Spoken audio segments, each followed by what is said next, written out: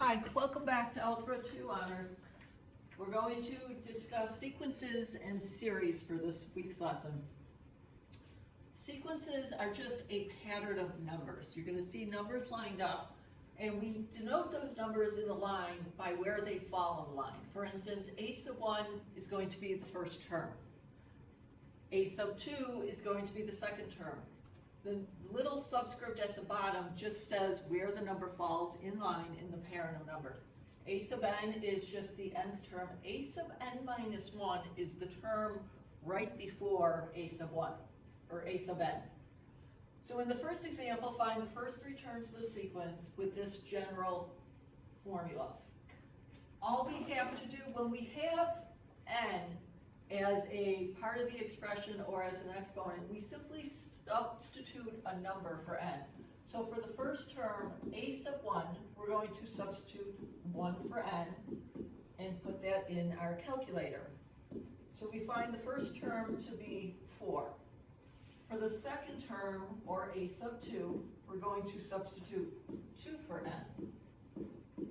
And then put that in our calculator, and we get 8 for the second term. For the third term, we substitute 3 for n, and when we put that in our calculator, we find a sub 3, or the third term, to be 10.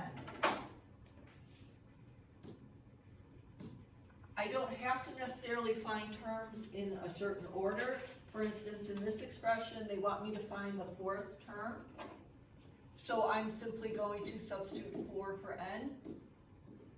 When I put that in my calculator, the fourth term is negative 384. They can ask the question in this format, n is 7 because their a sub 7 is the seventh term, so I'm substituting 7 for n. And when I put that in my calculator, the seventh term is 24,576. You may get big numbers, that's okay. So when I have an expression like this, this is actually called a recursive formula. What's important to note is they have to give you the first term. In this case, it's 5. A sub 1 represents the first term. A sub n minus 1 is the term right before the one we're looking for. We are not substituting an n or a number for n when it's written as a subscript. So in this case, with this example, they're telling us down here a sub 1 is 4. That is the first term. They want the first three terms, so the first one is very easy. They give it to me. A sub 1 is 4. The second term, because of this, is dependent on the term right before it. So the second term is going to depend on the first term. So to find the second term, it's going to be 3 times. I am not substituting 2 for n. I am substituting the term right before a sub 2, or in this case a sub 1, which is 4, for this entire expression. So I am doing 3 times 4. I substituted the first term for a sub n minus 1 to find the second term. And then write the rest of the expression. So a sub 2, or the second term, is 14. When I'm looking for the third term, it's going to be 3 times the second term.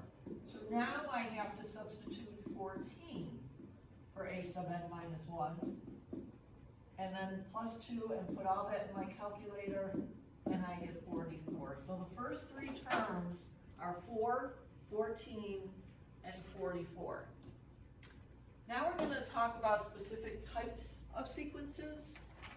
An arithmetic sequence is simply where we add the same number over and over and over in the pattern of numbers. So in this one, a sub 1 is 40, the first term, a sub 2 is 45, a sub 3 is 50, and so forth. Now I can tell by looking at this that I just keep adding 5 to get my next number. So my next number in this sequence would be 70. It's not always straightforward and easy to determine what my common difference, or D, is.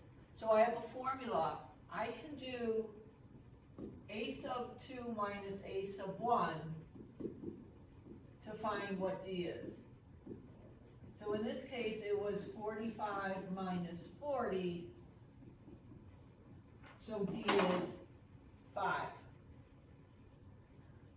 The second type of sequence we're going to talk about is a geometric sequence. And a geometric sequence is a pattern of numbers where we keep multiplying by the same number to get the next number. So in this case, I have a common ratio instead of a common difference, and it's going to be a sub 2 divided by a sub 1. So a sub 2 in this sequence is 15, a sub 1 is 5. So my common ratio, or R, is going to be 15 divided by 5, which is 3. So if I want to find the next two terms, I know all I have to do is multiply by 3. So my next term is going to be 405 times 3, which is 1215. And then the term after that, I multiply by 3 again to give me 3645.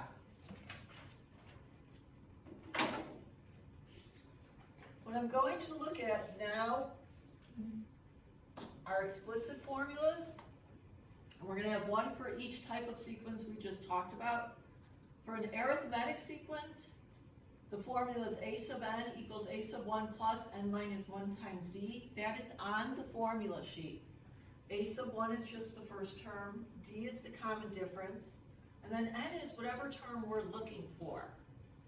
So if I have a problem as follows, I have this sequence, they want me to find the next term. The first thing I need to do is find the common difference. It is the second term, 9, minus the first term, which is 5, and I can see that works. 4 plus 5 is 9, 9 plus 5 is 14, 14 plus 5 is 19. So if I want the next term, all I have to do is 19 plus 5, which is 26. That's fine, but if I'm looking for a number later on in the sequence, I don't want to have to find all the terms in between. So in this case, I'm looking for the 9th term, so n is 9, and I can use this formula to find the 9th term. A sub 1 is 4, the first term, n is 9 because I'm looking for the 9th term, and we said d was 5. Notice I put it in parentheses because I am multiplying. When I put all that in my calculator all at once, the 9th term is 44. If I'm looking for the 15th term, this is the same question, just worded in a little bit different format. I'm going to have 4 plus 15 minus 1 times 5.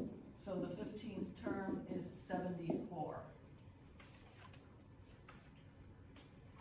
The other thing they can ask with this is to have you write an explicit formula so that you can find any term you want. In this case, I have to find d first. D is going to be the second term minus the first term, which is 3. And now I plug in. A sub 1 is 17, the first term. I'm leaving n, and I'm plugging 3 in for d. Now, if they want it in simplest form, I have to distribute the 3. So I'm going to have 17 plus 3n minus 3. When I combine my like terms, I have 14 plus 3n. If I'm doing the second example, be careful here. D ends up being a negative 8. Common mistakes are made when d is a negative number. I'm going to have a sub n equals a sub 1, which is 14, plus n minus 1. Make sure the negative 8 goes in parentheses, because I now have to distribute that. I'm not subtracting it. So I'm going to have 14 minus 8n plus 8, because I distributed it. Combine my like terms, and I have a sub n equals 22 minus 8n.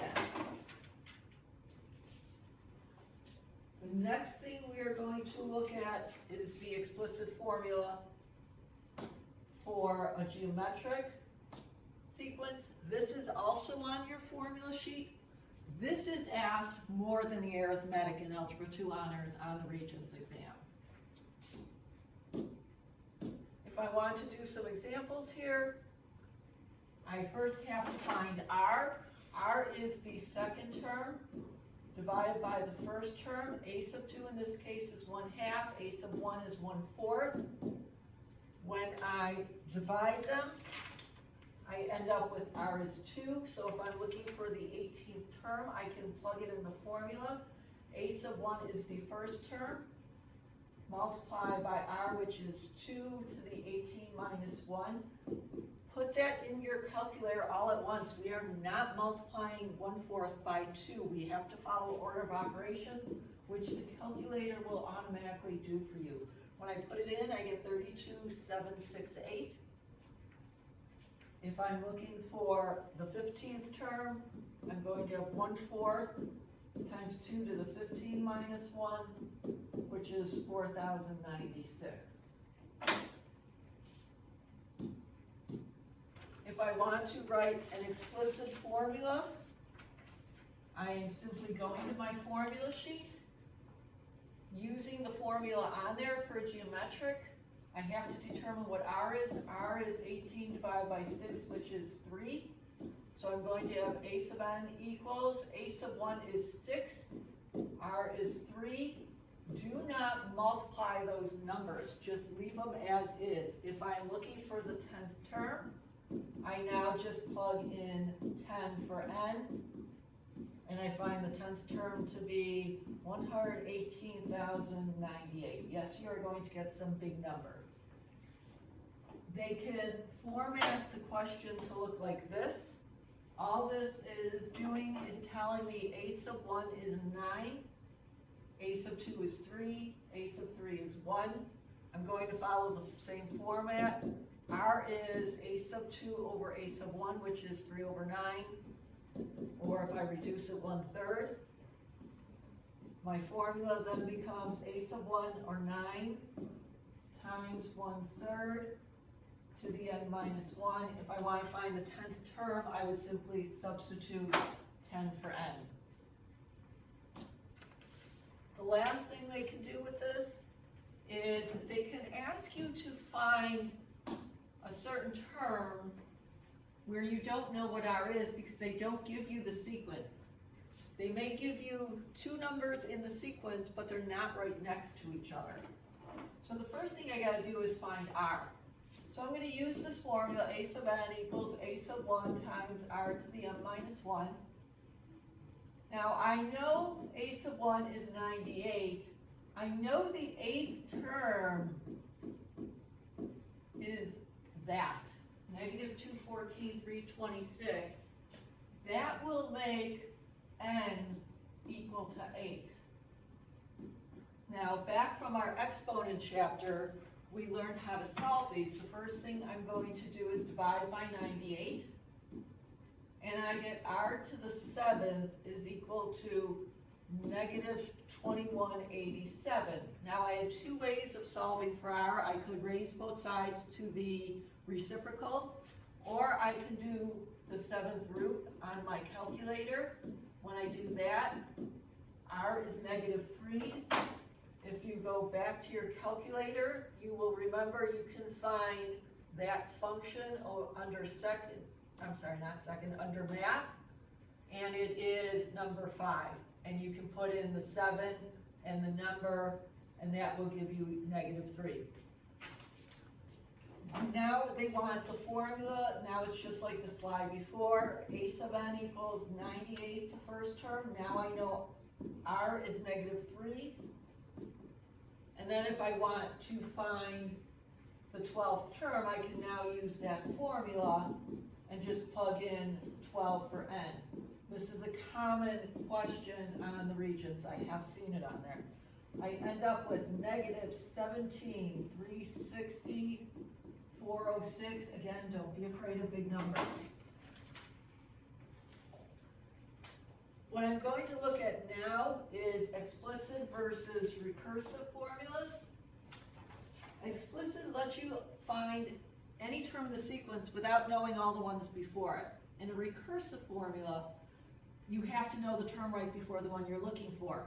There is an a sub n minus 1 in it, and you are not substituting a number for n. Remember that when it's recursive, when it's a subscript, when n is a subscript.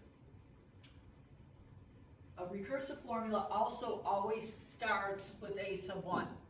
This slide just shows the difference between the explicit versus the recursive formulas. The explicit ones are on the formula sheet. The recursive ones are not. But notice recursive always starts with a sub 1, or they can start with a sub 0. The most common kind of question I've seen on the Regents exam is one like this, where they ask you to find a recursive formula that fits the sequence. You can usually eliminate 2 of these answers because they're not a recursive formula. Remember, recursive always starts with a sub 1, so I can get rid of those 2. Now it's find the next number in the pattern and see, using each formula, trial and error, which one fits.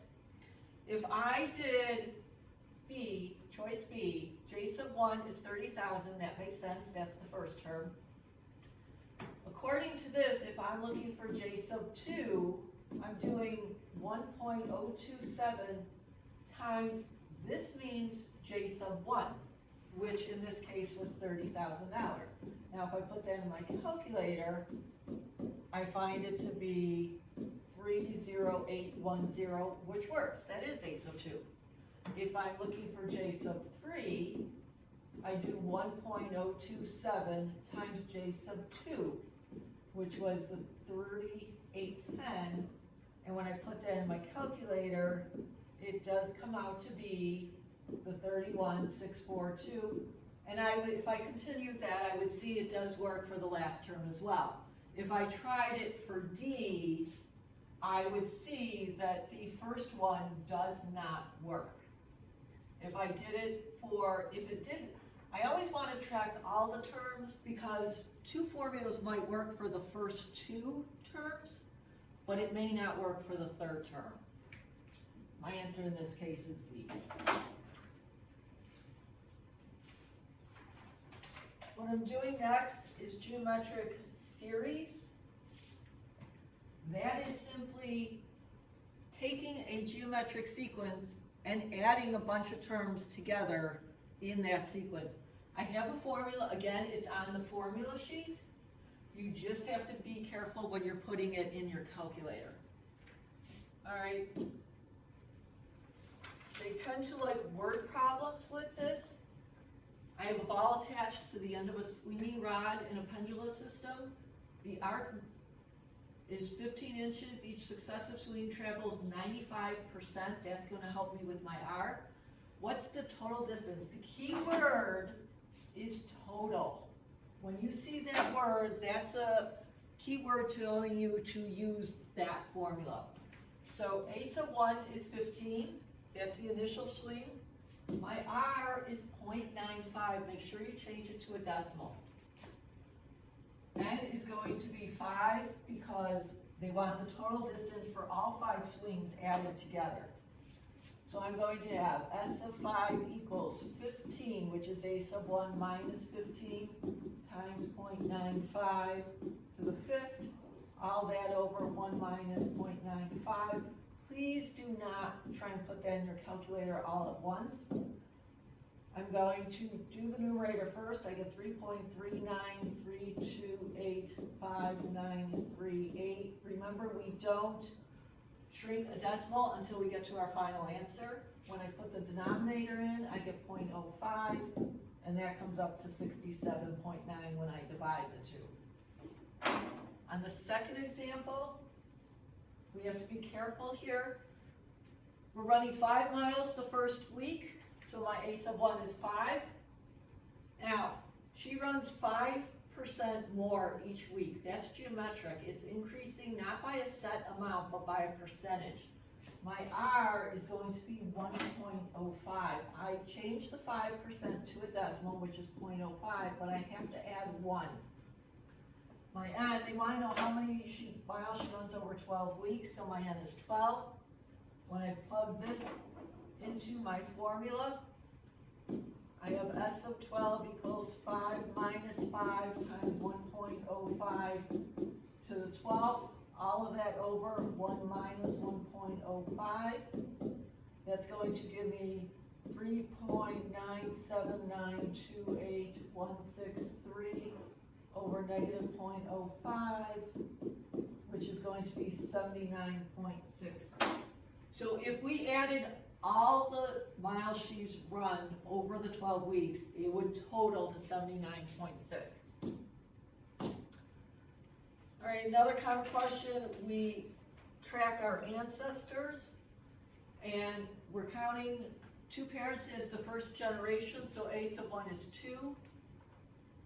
They each have 2 parents, so R is also 2, and they want to go back 7 generations, and they want the total, the key word for this formula.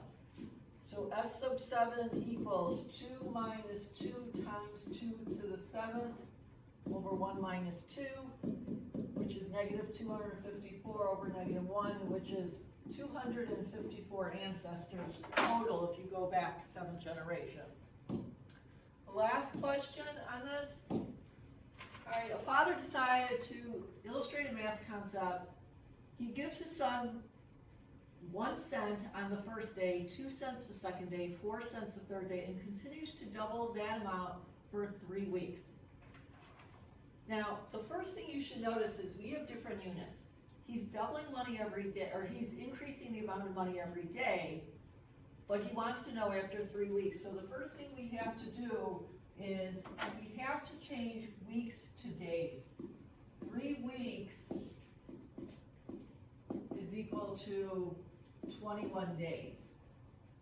Now we're talking about the same units. Now we have to find R. Well, he gave 1 cent the first day, 2 cents the second day. So my A sub 1 and my A sub 2 are going to be 1 cent. Remember, 1 cent is written as 0.01 using money. 2 cents is 0.02, so R is 2. So if I'm looking for how much money he actually gave him on the last day, that is the formula A sub n equals A sub 1 times R to the n minus 1. So on the 21st day, A sub 1 is 0.01, R is 2, and then substitute 21 for n. He actually gave him a lot of money on the last day.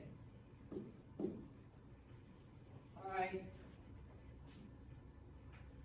The second part of this question asks, what was the total amount? That word, that keyword tells you now we're using this. They want you to add up all the money he got over the 21 days. So I'm going to have 0.01 minus 0.01. Remember, it's money. 1 cent is written as 0.01 times 2 to the 21st. All of that over 1 minus 2. Put the numerator in, I get negative 20971.51 over negative 1. He would have $20,971.51. A lot of money saved. The next thing we are looking at is something called sigma. That is this E in the middle here. It is a Greek letter that stands for summation, and we know sum means to add. What we're going to have is an expression in front of the E. We will start by substituting 1 or whatever number is at the bottom of the E for n, and continue to do that until we get to the top number, and then add all those values together. If there's a number on the outside of E to the left, we do whatever it says to do. So some examples. First we're going to write the 9 so we don't forget it. And now we're going to start substituting with the bottom number for J. So I'm going to have 3 to the 0 because the number underneath the sigma is 0. And I'm going to add to that, I'm going to start substituting the numbers. I'll keep going until I get to 4. So I'm going to have 3 to the first, plus 3 squared, plus 3 to the third, plus 3 to the fourth. I stopped at 4 because 4 is the number at the top of the E. When I put all that in my calculator, I get 1,089, and that's my answer. When I have something like this where I have 2 variables, I have to be a little more careful. There's some algebra involved here. I'm going to, it's n equals 3, so I'm going to start by substituting. I'm going to start with the 2 that's in front so I don't forget that. And then I'm going to substitute 3 for n, and then 4 for n, and then 5 for n. Remember, when I'm squaring something, it means I'm writing it twice. So I do that for each one. And then I'm going to simplify this. When I simplify it, I get the following.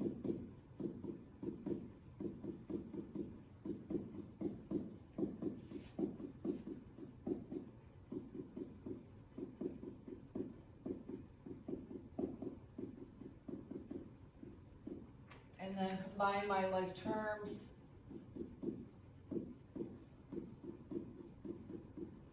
And I get 3x squared minus 24x plus 52.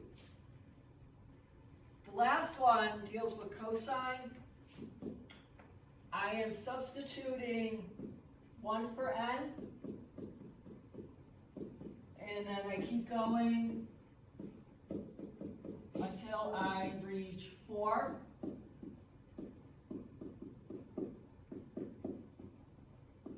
Now you should know these from the unit circle, or you can put in your calculator. Now be careful, if you put in cosine pi over 2, your calculator has to be in radian degrees. If you are going to be in degree mode, you need to convert the pi over 2 to degrees. So I'm going to put my calculator in radian mode, put it in, and I end up with all of this. Notice I'm doing them one at a time, and it gives me a grand total of 0. The last lesson of this is going to be average rate of change. This is common on the Regents exam. It's on part 1 and part 2. It's actually a very easy question. It is the change in y over the change in x. You should recognize that as your slope formula, okay? All I have to do is they're either going to give me the x's or the y's. I have to find the corresponding ones and then plug them in the formula. So on this one, the first thing I have to do is find f of 6. So I know from my function chapter, I am substituting 6 in everywhere I have x.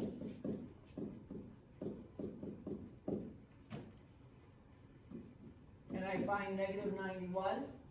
Then I am substituting in negative 2 for x.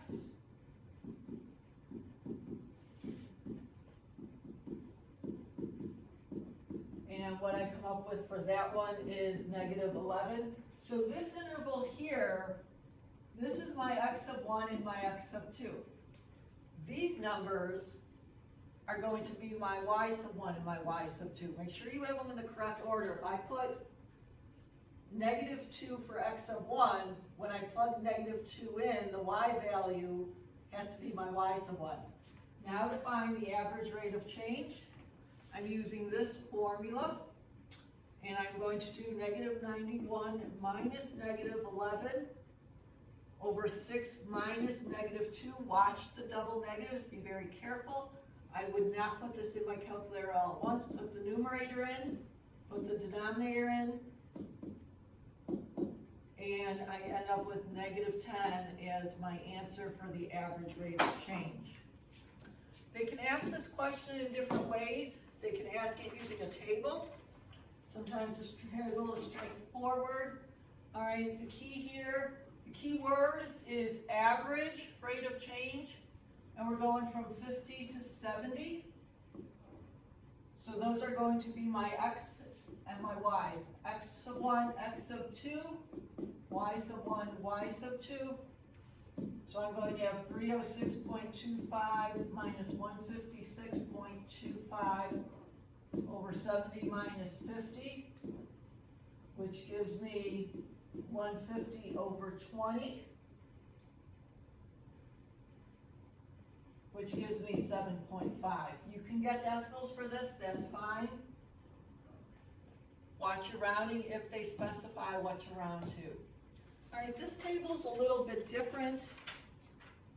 They're talking about time. Sometimes they'll talk about months or days of the week. You have to be careful. You can't necessarily just subtract. They want the average increase from 11 to 3. So 11 to 3 is here. So those are my corresponding values for y. So this is y sub 1, this is y sub 2. So that part's easy. 5267 minus 402. On the bottom, I can't necessarily do 3 minus 11. It's the change in time. How many hours have gone by between 11 o'clock and 3 o'clock? 4 hours have gone by. So that's my denominator. When I put my numerator in, I get 4865 over 4. When I divide it out, I get 1216.25. The last one is based on a graph. All right, they want the average acceleration over the interval 2 to 8 seconds. So that is my x1 and my x2 there and there. So I need to go to the graph and find the corresponding y values. If this is my x sub 1, that would be my y sub 1, 10. If 8 is my x sub 2, the corresponding y value of 15 would be my y sub 2. So in the formula, I'm going to have 15 minus 10 over 8 minus 2, which gives me 5 over 6. You can leave it as a fraction or change it to a decimal. That is the full lesson for sequences and series. What I will put on Schoology is I will put all these notes handwritten if you want to refer to them in printed form. I will put a review sheet with the answer key that you can also look at before you take the assessment. And I will put the answer keys to the worksheets in the worksheet folder. Your assessment that will be due, or the assignment, is going to be the test on sequences and series. That will be attached to the assignment piece on Schoology. You can call me, text me, email me. I am more than happy to guide you through if you have any questions. Have a great week. Happy Easter, guys, and stay safe.